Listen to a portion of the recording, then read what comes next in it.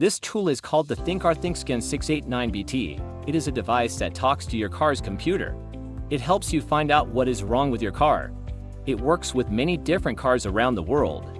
You plug it into the car's OBD2 port. The OBD2 port is a small hole near the driver's seat. When you plug it in, it wakes up your car's computer. It reads the car's error messages and codes. The tool shows these codes on a clear screen. Each code tells you if something isn't working right. It helps you understand why your car might have a problem. The tool can also reset these error codes. Resetting clears the error messages after fixing issues. It can perform 34 different resets on your car. It comes with free lifetime software updates. This means it always has the latest features.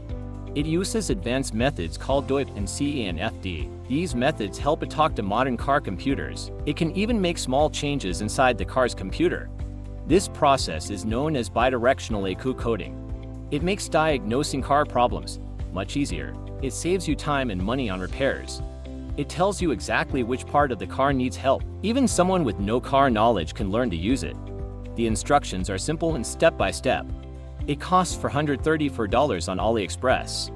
It is made by certified brands and is a genuine product. Find the link in the comments to get yours.